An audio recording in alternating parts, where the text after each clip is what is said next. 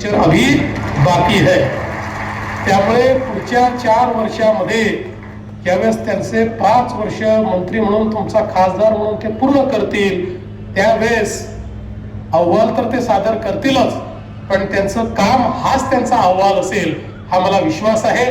आज खरं म्हणजे या कार्यक्रमाकरता त्यांचा अंदाज चुकलेला मला दिसतो किंवा त्यांच्या कार्याचा आवाका हा त्यांना माहीत नसल्यामुळे त्यांनी बालगंधर्व या ठिकाणी घेतला। कारण जेवढे लोक आत आहेत त्याच्या दुप्पट लोक मला बाहेर भेटले।